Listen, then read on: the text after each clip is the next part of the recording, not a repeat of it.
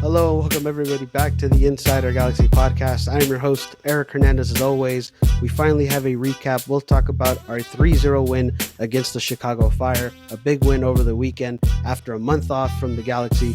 And we're going to talk about that. We're going to talk about the positives, the negatives, whatever we have in there. A lot to talk about from that game and what this could mean for the Galaxy going forward on their final stretch of the season. So we'll talk about that. And of course, we have our previews. Two previews actually, one against San Jose, a midweek Cali Clasico, and then also on Saturday we're back home against the Houston Dynamo, so we're also going to talk about that. A lot to talk about there.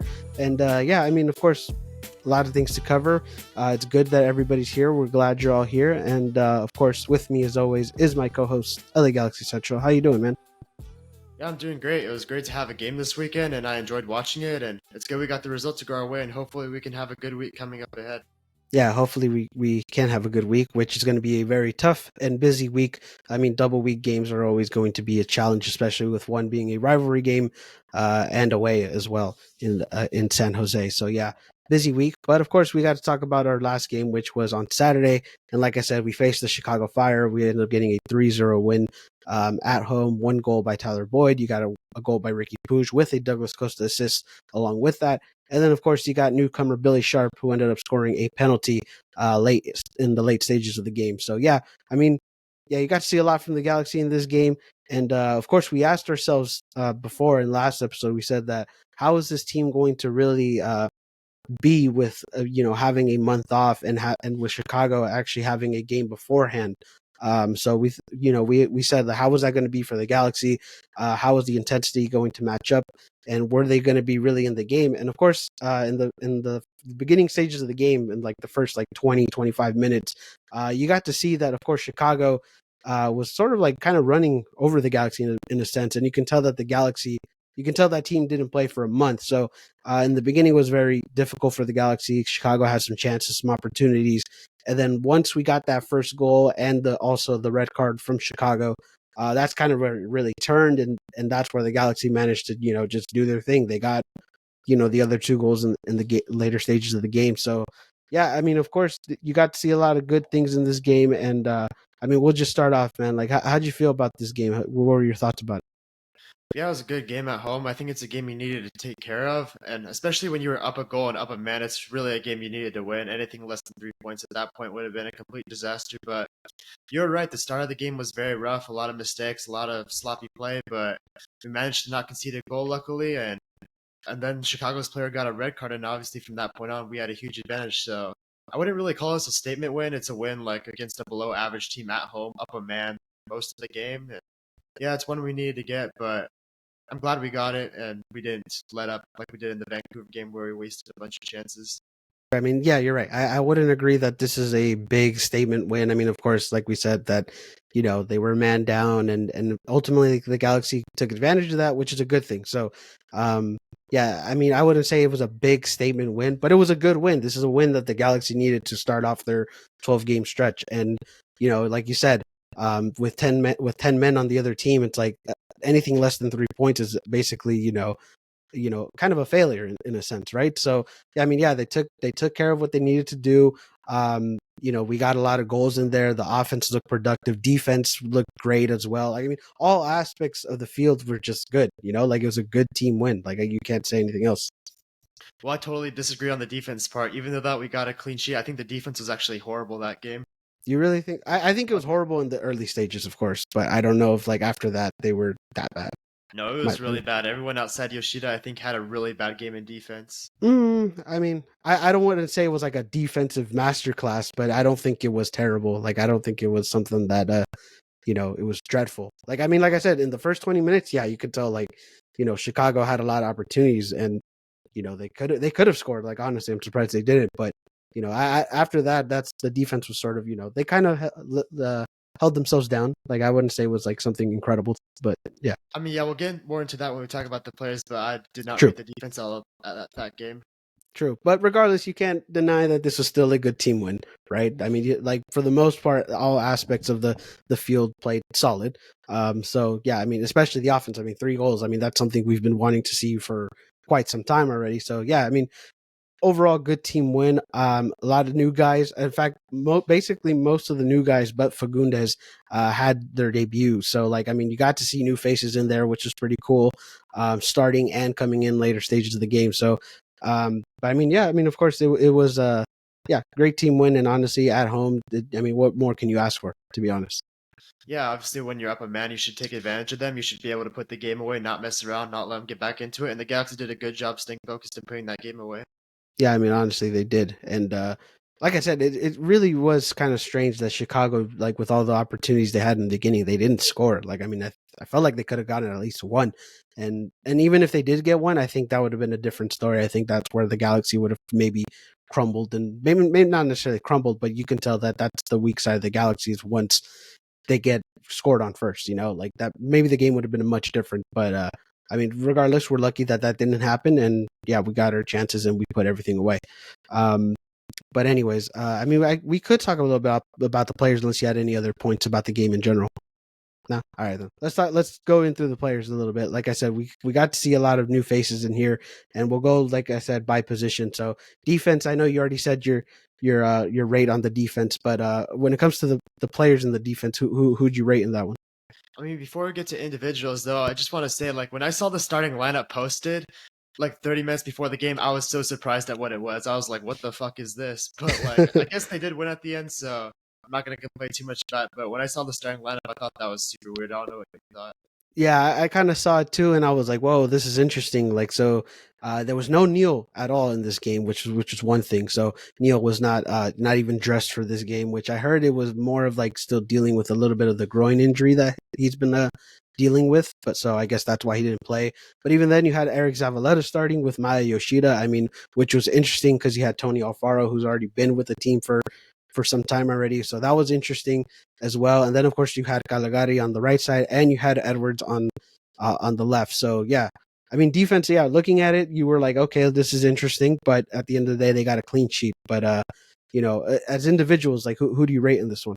I mean, it's kind of funny before I get to that. Like you said, oh, it's interesting. I said, like, no, it's bad. Like, that's the difference. I'm like, no, this is bad. You also had Uri Rosell in the midfield, and he had Starry Jovic up top. So I'm like, this is a complete disaster. But luckily, it didn't end up being that way. I mean, it wasn't a disaster. So I mean, that's the at the end of the day, it wasn't. So I mean, that is the thing about lineups is like you can look at it in the beginning and be like, wow, like this is going to be terrible. Like we're this is not going to like we're probably going to lose this match, and then we ended up winning 3-0, which is that's why I say it's interesting. Like at the beginning, it's interesting because it's like, all right, let's see what this lineup can do, I guess. But at the end of the day, it is what it is. But yeah, I mean, you had, like I said, it was. I think having Zavaleta in the defense was pretty interesting. I didn't think that was going to happen. I mean, we kind of said our things about Zavaleta before. It's just like, well, okay, like why are you going to have him in here? It's like we know what he does. It's like it's not going to be good. Yeah, but I mean, but still though, anybody in the defense you rate individually? I think the only standout for me in the defense was Maya Yoshida on his debut. He was outstanding, really being a good leader, really being a big presence in that back line. He was great all game. Really, he looked really good. Yeah, I mean, definitely for sure. Maya Yoshida was my standout in general for the game. I think that was kind of my standout because, like you said, the leadership abilities from him. Um, and I think that was sort of the thing. It's like once you saw the Galaxy defense have some mistakes at giving Chicago some chances, you see Maya Yoshida like yelling at everybody, saying like, "Hey, like and that's kind of the thing that we've been saying. It's like we need somebody, a player, a leader to step up and make sure that he allows the other players to take accountability or make sure the players take accountability, and he's there to really do that. And that's why you kind of say like this is why he was captain for the Japanese national team and why he was so respected wherever he played at in Europe. And it's like that to me was like a really big standout. And I hope like this it's going to continue, right? He's going to be this leader for the back line, and that's something good. And just the amount of experience and things like that. So yeah, I mean, Yoshida just really held that defense together, which is why I say like the defense didn't play terribly for what we put out there. Like I mean, like you said, Zavaleta, we were kind of indifferent about the left side of the field with whether Raheem should start or Alves should start. And for Maya Yoshida being that his first game, like he held everybody together, and that's why why I say the defense was solid. It's like having them there was just having him there just made a big difference in my opinion. Well, for me, the defense wasn't solid at all because they should have conceded 2 goals probably, and I think everyone besides Yoshida was not good at all. I think Caligari had that one huge mistake that almost led to a penalty kick 8 minutes into the game, but after that mistake from Caligari, which was a really bad mistake, he definitely grew into the game. But I think guys like Edwards and Zavala just had horrible games, period, like all game long. And Jonathan Bond was bad too. The one time he was called upon, he was pretty bad. He gave the ball away in the first like 40 seconds inside the his own 16-yard box. Who in the first 40 seconds of the game to Shaqiri, and that could have easily been a goal. Another player there, maybe if Shaqiri strikes it better, you could have been down 1-0, not even 1 minute into the game. And like I said before, Caligari almost gave up a penalty kick, so that's two huge mistakes. And Edwards, for some reason, could not control the ball at all. He was giving the ball away a lot. He was trying to do too much. And yeah, I think defensively it was not good at all. They got very lucky not to be down 1 or 2 nil early on. And against another team, you could easily have been down. Which I agree. I think the first 20 minutes was definitely where the Galaxy were tested, right? It's like they did not look good. And, and that's kind of the thing. Like, yeah, sure, they almost, could have conceded a goal, which again, surprisingly, they didn't. But that's kind of the saying always goes, like almost counts in grenades and horseshoes. It's like at this rate, like almost doesn't count. Like the good thing is that they didn't concede a goal. But like I said, beginning wise, like yeah, they didn't play that great. But once after the first goal happened, that's where the defense grew into it, and they played better. Like I honestly, like I didn't have an issue that much with the defense. And then Bond had some pretty good saves in late stages of the game as well. So like I really think like for the most part, defense was solid. Yes, the beginning was concerning, but at the end of the day, they didn't concede a goal, and that's the good thing. Yeah, one more point about the defense is I feel like just starting Raheem Edwards is kind of denying the inevitable that Julian Auda is going to be our starting left back. Like we paid $5 million for this player. He's 20 years old. It's like, why would you not start him right now? Get him chemistry with Caligari, get him chemistry with Yoshida. Like, why are we still starting Edwards? He's not going to be the future left back of the Galaxy. And if you're going to be committed to a project, like you're going to spend kind of big money on it, you should actually like play him, you know? Yeah, I guess so, but also I would say it's like you did sign him for 5 years, so it's like you still have quite a bit of while to get that project going. But and it's not like he hasn't had any opportunities this season, like he has. But I mean, maybe they do sprinkle him in, within these games, especially this week when we have 2 week games. Maybe he starts against San Jose or Houston or whatever the case may be. But that's the good thing about getting the players that we got during the window, right? It's that you have more depth now and that you have things like that. And maybe you'll switch them around this week. Who knows? Maybe that'll be the situation with the defense. But anyways, we can go into the midfield now. Of course, we had Ricky Puig in there. We had Uri Rosell in there, as well as who was the other one in there that I was thinking? Oh, it's Cerrillo. So Edwin Cerrillo was also there, who made his debut with the midfield. How'd you feel about it? What were your thoughts about it? Yes, Rio was outstanding. We talked about him. He started on good teams in MLS before. He's a Dallas Academy product, which is a very good academy within MLS, and he did great. He did everything we want from him. It was an amazing debut from him, and I'm excited to see him the rest of the season and in next year. Yeah, definitely for sure. Edwin Cerrillo was my standout as well. Of course, like we said, we talked about it. I mean, he started on good teams, Dallas Academy. We know all that stuff, and he played well. For a guy who's really filling in for a crucial spot in our midfield, like he played very well. And that I mean, it's good to have him on the team. And honestly, yeah, he was the standout, other than Ricky, of course, because Ricky Puig is going to keep doing his thing. But like when it comes to him, he played very well. Rudy Russell, I don't think played that bad either. I mean, for what we're asking him, he's not terrible. So, and yeah, I mean, you had Rudy Russell in there who did okay, and yeah, I mean, the midfield did its thing. They contained the possession. The midfield did its thing, and honestly, just did what you know. I wouldn't say it was as good as when having Brugman there or Delgado in there, but it definitely, wasn't as bad as we thought it would be. Uri Rosell is such a funny player to watch. Like I feel like he's super clumsy and super aggressive, so he just does kind of funny things on the field. I don't know, like he trips over people and knocks people over. I It's mean, pretty when you funny saw to the watch. when you saw the potential penalty, like I mean, you saw that, you were like, oh damn, like what the, like honestly, I was like, damn, like that. I hope that doesn't become a penalty, which it wasn't, thank God. But yeah, I mean, I agree too. Uri Russell is kind of a interesting player to watch, to say the least. But I mean, like I said, he's solid for what we're asking him to do, and yeah, I mean, I don't think he did that terrible either. You think they got And lucky not to get the penalty call, or like you think it was the right call? I mean, it's tough, really.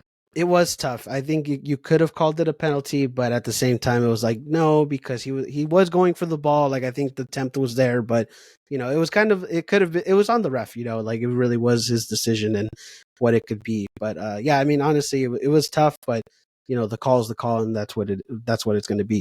The fact that they went to VAR though was really scary. Like usually when they go to the monitor, they award the spot kick, but they didn't this time.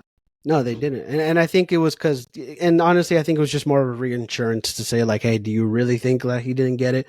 And he didn't, and honestly, like, I don't know, it could have gone to a penalty, but I don't know, it really is an interesting decision, but it I is mean, what it is. I mean, Caligari still has to be careful though because another ref that could easily have been a penalty. And then you're down like 1-0, like 8 minutes in the game, and who knows what happens from there. That's true, and honestly, with VAR and pro refs, you never know what happens, right? Like anything could happen with those guys making the calls. But yeah, we're just lucky that it didn't get called there.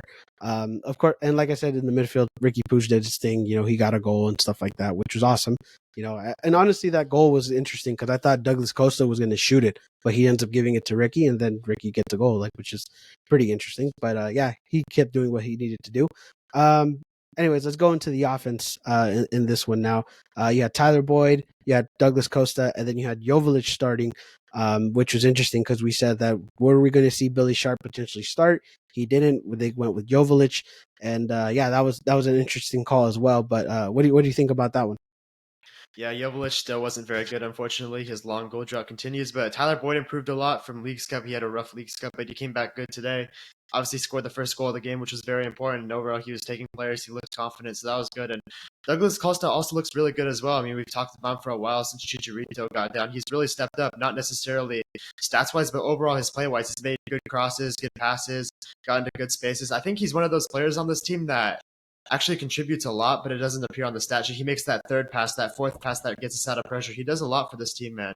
It's going to be interesting this offseason if we're going to try to extend him on any sort of contract if he wants to stay, and that's for the offseason. But for the game, he played really good. Yeah, and not only that, but I think Douglas Costa really looks more committed than ever. I think even before the game, they even asked him, and he was like, "You know what? Like, I'm here to make the push. Like, I'm here to do whatever's needed," and that's good. That's something we haven't seen from Douglas Costa in his tenure with the Galaxy, like, at all. And like you said, once Chicharito went down, that's where the switch went off, and he's been contributing, and he's gotten the assists. He hasn't really gotten that much goals, but still, like you said, he makes that third or fourth pass that gets us out of pressure and things like that. And honestly, like, yeah, like, he's been doing very well. And in like you said, it may not show in the stats, but when you look at him play and you look what he does, you can tell that he very much contributes well. And yeah, also, like, and Tyler Boyd, like I said, played very well, got a goal and looked good as well. And then yeah, Joveljic, I mean, yeah, he hasn't looked great. We've said that before. So yeah, wasn't good on his part. uh yeah. Douglas Costa is such a dangerous threat on set pieces too. That's what I love about him. All his balls in the box are very fast and they're very powerful. So for a defender, it's very hard to defend. That's why I like Douglas Costa on free kicks too. You saw that one he almost scored, and all his corner kicks are dangerous too. And I think he's a really good set piece taker for this team. And like we said, he can release pressure, make that third, fourth pass, get us out of situations, get us in good spaces. And yeah, he's been very good for this team.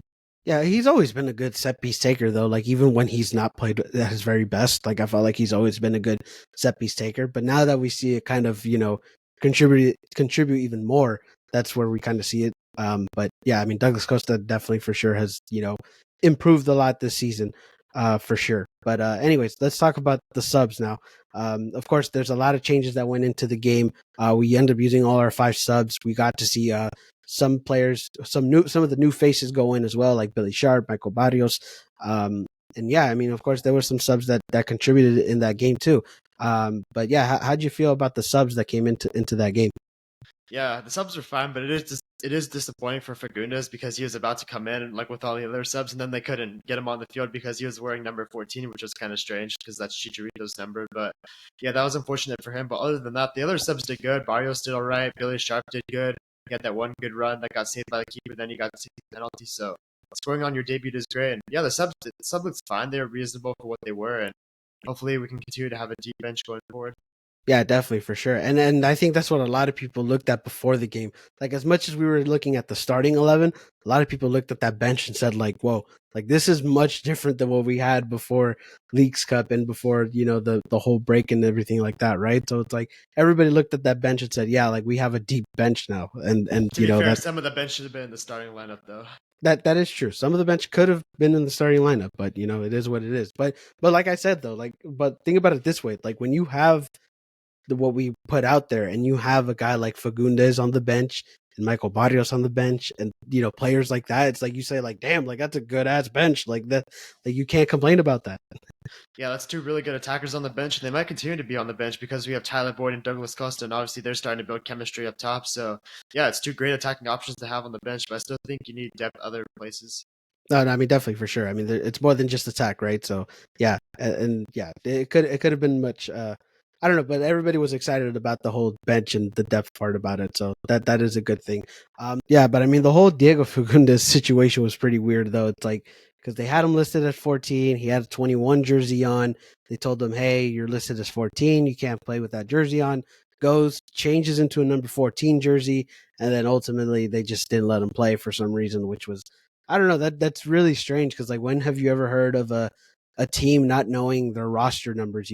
Like that was just sort of like something like I don't know. That was just really weird to see because we're like, oh, like why isn't he going in? It's like is Vanny just hesitant to put him in or anything like that? And it's like no, they just like they just messed up for some reason, which was I don't know. It was kind of funny to see to see like Fagundes was ready to go in and then no, go back to the bench. All right, I'm ready to go in. No, go back to the bench. Yeah, I don't know. It was pretty funny to see that, to be honest.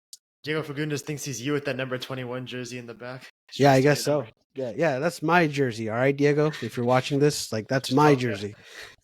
Go get another number. No, I'm just kidding. But but no, I mean, still, though, it was pretty funny to see the whole like I don't know, just the him walking back and forth like from the bench. But I mean, that sucks though. We're gonna have to wait till at least hopefully Wednesday, where he debut. He makes his debut hopefully. But yeah. Anything you wanted else to say about the subs, or were you good on that? Well, I think that's pretty much it for the subs, but that is kind of strange. Like Fagundes was number 14 originally. They didn't let him play because that's Chicharito's number, and he's still on the roster. But I thought he was number 21 the whole time. I didn't realize he was actually number 14.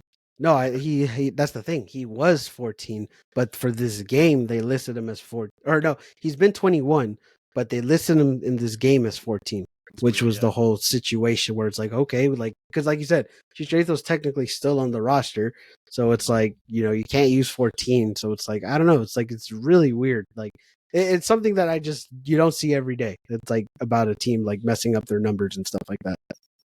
Yeah, but I mean, I don't know. That's weird. But anything else about the subs you wanted to say? You're good. All right, then we can move on. There wasn't really much Galaxy news. I mean, so I guess we can just go into our previews. I guess, unless I I'm mean, missing anything. well, it's not really news, but I could add one thing. Like, it still sucks though. We're still 7 points away from a playoff spot. But you know what's kind of weird is like I don't have the standings in front of me right now. Maybe you can pull them up if you want. But I think like between third place in the West and 10th in the West is separated by like 5 points, which is super strange. So all we have to do is get back into the mix. Then really we can finish anywhere in the standings. But we still have a lot of work to do to get back into the mix of things. Right, and honestly, that's why these two games are crucial. Right? It's like They all are the though. yeah. I mean, they all are, but I'm saying like this, like San Jose and Houston is really could be like this could get us back into the mix if we win both games possibly. But yeah, you're right. I mean, from for just like you said, like it's so close. Like everything is so close, which is like, and that's another thing too. It sucks. It's like we've been getting all these wins, and we've still been in 13th place.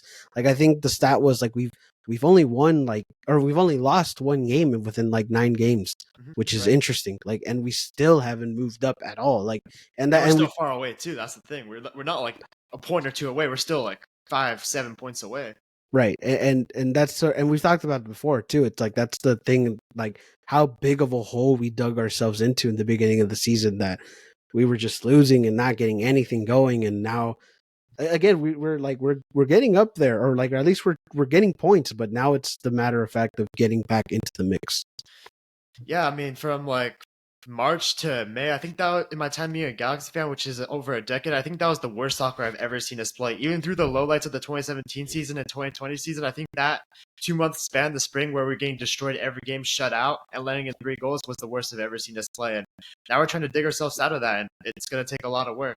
It is. It really is going to take a lot of work. But again, like we said, every game is important. But these two coming up is really going to be, the possibility of us getting back into that mix, which I guess we can now transition into But one San more Jose. thing, though. Okay. Okay. Do you agree that that 2 month span between like March to like late May or June was the worst Galaxy soccer you've seen in your time being a fan? like worse than some of the lowlights of those other seasons too. Like for me, It, it actually is. it's up there. I mean, because again, 2017 was pretty bad. 2020 was pretty bad, but I think those had their reasons, right? This one was just. I mean, this season had its reason, right? I mean, it was the boycotts, the whole Chris Klein situation, and like the transfer ban. It's like every like low light has its like reasoning, right? So it's like, but I mean, yeah, I mean, it definitely was not good. Like it's up there for sure, saying like this was like at least that span of of the season was probably the worst I've seen. Yeah. Yeah, one more thing. It's like with the standings, though, it's kind of funny because I think we're 5 or 7 points away from the final ninth spot. But let's say we get back into the mix, we could seriously get a home game in the playoffs. Like, that's not even unreasonable if we get back into the mix because that's really how close it is right now. Between, like, I said, third place to 10th place is only separated by like 5 points. So if we can find a way to win a lot of games and get back into the mix, seriously, like, there's no ceiling that we can have in the standings. But we still have that lot of work to do to get back into the mix because we're really far away from it right now. But the mix is it's very close. It's not like we got up to ninth and then it's such a far away from seventh, sixth, fifth. We just got to get back into that mix right now. Right. Keep in mind, right now we're in 13th place. We got 25 points. Portland is above us with 26. Sporting Kansas City in 11th with 29. Minnesota with 32, and Austin with 32. And We then, also got games in hand too over some teams. Like yeah, we played, haven't played we a do lot. as well. Yeah, we do have some games in hand. Eighth place Dallas has 33. So it's like, yeah, I mean we're not too far from it, right? And so like, and again, we could climb up one spot or maybe even a couple spots, after San Jose if we get a good result. But yeah, I mean honestly, the like it's so crazy to think about that. It's like we're not that far off. We still got work to do, but it's like at this point, like any other league, you can say like, oh yeah, like you're out of the mix, like it's over. But like for us, it's like, and not only just for us, but even for some other teams in other conferences and like in their situations, it's like they can get back in it too. So it's like it's pretty crazy. But that's the beauty of MLS, right? Is that it's always going to be close, and there's always a chance that you can go back up. I mean, yeah, we're still a bit of a ways from the mix, but once we get back into the mix, hopefully that we do, and hopefully we get that opportunity, then it's really anyone's game. I mean, there's a lot of spots available. There's a lot of teams really close to each other, but we got to keep getting those wins and get points on the board. Exactly. We do got to get those points, which again, starting with San Jose this Wednesday, which I guess we could transition into that as well, which yeah. So we got a Cali Clasico, big important game on Wednesday. We're going up to San Jose. Game is at 7:30, I believe, as well. So yeah, midweek game. Big game going into this week. Not only just rivalry sake, but just of course, like we've talked about our situation. So yeah, we go up there. How do you feel about them? What are your thoughts about it? Yeah, I think this is one of our hardest games to preview actually because seriously, I can see anything from this game. I can see a world where we win 3-1, and I can see a world where we lose 3-0, and I can also see a world where we tie the game. I think anything is possible for this game. Any amount of goals are possible for this game. Any player stepping up is possible for this game. It's really hard to predict, seriously, because I think there's a world where San Jose played really bad last week. They come into PayPal Park and they don't play very well. It's kind of similar to 2021. We played San Jose in PayPal Park, and I think the week before, a couple of days before, they lost 5-0 to Orlando. We played them in PayPal Park. We won 3-1, and we were coming off a good result, like a 90th minute winner against Vancouver. So there is a world where the Galaxy are kind of confident right now. San Jose is coming off a shitty result, and we can go in there, take advantage of their weaknesses, play well, and get a win from that game. But I also think there's a world where that Kansas City game that San Jose played last week was a big wake-up call for them. They didn't play very well, and now they're going back home. That's going to wake them up. It's a rivalry game. They want to beat the Galaxy this year because they haven't won in 2 Cali Clasicos this year, and the Galaxy might lose that game if they're not prepared. So I can really see anything from this game, and it should be a very interesting one. Yeah, definitely for sure. And that's the thing always about rivalry games is that anything could happen no matter where you're at in the standings, no matter how good you are, no matter how bad you are, anything could happen. Anybody can step up. And that's again also the beauty of rivalry games as well is that anything could happen. So yeah, I mean I could see those possibilities too. I can see a possibility where San Jose completely thrashes us. I see a possibility where we can go in there and make a statement as well. And then I can see a result where it's close and maybe we tie or it's just a really close game. So it's like, yeah, honestly, anything could happen in that game, and that's going to be interesting. But again, different team for the Galaxy going up against the San Jose compared to the other 2 times we played them, of course, with all the new signings and things like that. Do you think those signings are going to be beneficial going into the San Jose team? Yeah, absolutely. Because I think a lot of them are good players. You have Fagundes, who's a good player. You have Barros, who can be a good substitute. You have Yoshida, who's solid in the back line. You have Sadia, who looked like he did a good job. And yeah, I think these signings are going to be great. And we're going to need them this game. We're going to need everyone to step up, and hopefully we can go in there and pick up a win. Yeah, definitely for sure. And of course, the striker situation, we got to talk about it again. Could we see Billy Sharp start in this one in this Cali Clasico? Yes, because he's a big game player. He's obviously the all-time leading scorer in the English Championship, which is a very good league. And I just feel like as the captain, he wants this moment. He wants to make his name with the LA Galaxy. He even said it himself in an interview. He's not here for a holiday. I think this is a great opportunity for Billy Sharp coming off a goal in his debut to maybe try to find another one. Strikers can be kind of streaky sometimes, and I'm sure Billy Sharp's looking forward to this rivalry. And Jovic and Judd obviously are not playing very well, so yeah, why not give him the start if he's fit to play? Yeah, not only just that, but even if Sharp isn't fully 100%, I mean, despite Dejan starting, we know what he can do off the bench. You know what Dejan can do, especially in these big moments and big games as well. So it wouldn't be an entirely bad idea to start off Sharp and then you bring in Jovic in the second half or whatever the case may be. So like, I mean, yeah, I mean, I agree. You got to start Sharp in this one. I don't think there's any other option. Like, again, Jovic can come off the bench and, he can do his thing, hopefully, in these big time moments. So, yeah, I agree. I mean, for when it comes to the striker, you got to start Sharp. That's the only way I can see it. Also, I noticed last time we played San Jose, I think it was in July at Stanford Stadium, Ricky Puch and Douglas Costa had a lot of time on the ball. Like, if we can find a way to get those guys a lot of time on the ball again, similar to last time, and we can have a good striker up top, I think the offense can be very dangerous this game. Yeah, I mean, definitely. I mean, and last game was really close too. I mean, it was 2-2, and San Jose is going to go in this game knowing what this is and knowing what this rivalry is. And this year has honestly been a year where the Cali Clasico has had somewhat of a little bit of a resurgence. It's been interesting. It's been entertaining. So it's like I definitely think that this being the final Cali Clasico of the season at San Jose, where the Galaxy are at and where San Jose is at in the standings, like this is going to be. I can see this being another entertaining game for both sides. Yeah, that's why I said I think any outcome is possible, any scoreline is possible. It should be interesting to see. Yeah, I mean, definitely for sure. Um, any other changes you would see in the lineup going into this one? I know we talked about the lineup last week with the new signings and stuff like that. Would you like to see any other players make any starts? I'd probably start Tony Alfaro over Zavaleta, and I'd start Julian Aude over Raheem. And other than that, I think more of the same. I kind of like the Tyler Boyd, Douglas Costa duo up top. We can bring in Fagundes hopefully later in the game, and Barrios get some fresh attack. And yeah, I'd probably change the defense a little bit, but not much more than that. Yeah, unless Neil is back, of course. Because I think if Neil isn't back, yeah, I would put Tony Alfaro Actually, there. I would start Delgado over Rosell, but I don't know if Delgado's fully 90 minutes fit, so we'll have to see how that goes. Yeah, that too. But that as well. But if Neil's available, I think you start Neil with Yoshida, which would be nice. And yeah, again, left back to me is a toss of. I would like to see Auda again as well, but I don't know. We'll see about that. But I think the main one is Billy Sharp starting a striker. I think that's going to be my biggest thing where we need to see. But yeah, I mean, like I said, that's going to be an interesting game. And honestly, I'm kind of pumped up a little bit about it. Like it's a Cali Clasico. You can never go wrong with them. I don't know about you, but does Billy Sharp kind of give you big game vibe type of player? Like, I just feel like he's that type of player that's going to do good in these type of games. Like, he just seems like a big game player.